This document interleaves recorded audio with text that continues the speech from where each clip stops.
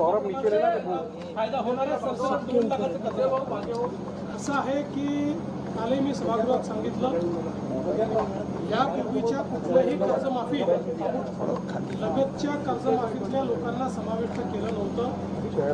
पहिल्यांदा आपण हा निर्णय केला की मागची कर्जमाफी जी कर्जमाफी त्यामध्येही ज्यांना माफी मिळाली होती पण आता ते डिफॉल्टमध्ये गेले आहेत, यांना आधी आपण 50,000 रुपयापर्यंत रिलीफ देणार होतो. परंतु सत्तारूढ पक्षाच्या सगळ्या आमदारांचा आग्रह होता की त्यांनाही पूर्ण तुम्ही कर्जमाफी द्या आणि आपण ते मान्य केलं. त्यामुळे आता ही महाराष्ट्राच्या इतिहासातली सगळ्यात मोठी कर्जमाफी यावेळेस आपण केली.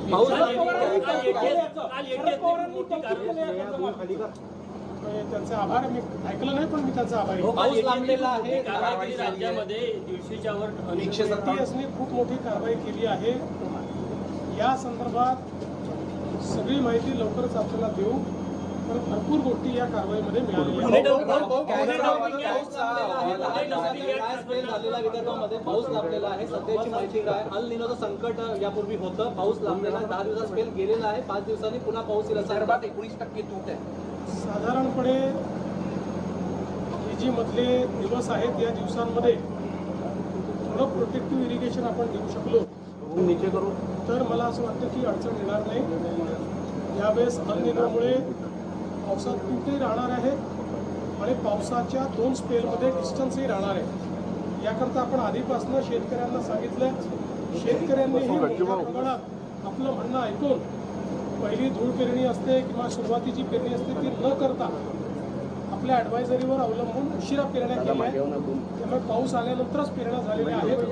मला विश्वास आहे की विहिरी असतील किंवा वेगवेगळ्या प्रकारचे जे काही त्या ठिकाणी इरिगेशनच्या सिस्टीम्स आहेत त्याचा वापर करून यावेळेसही पिकं आपले शेतकरी वाचवू शकतात.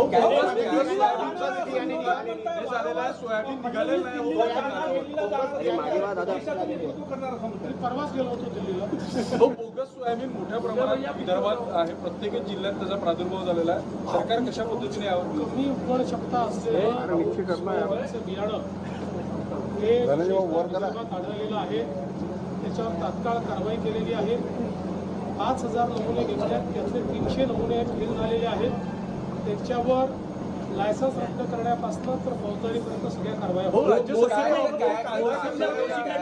प्रकरणामध्ये जमीन इमारत जी बांधण्यात आली होती त्यातले काही माळे अनधिकृत असल्याची माहिती होती. या संदर्भात चौकशीचे आदेश दिलेले आहेत.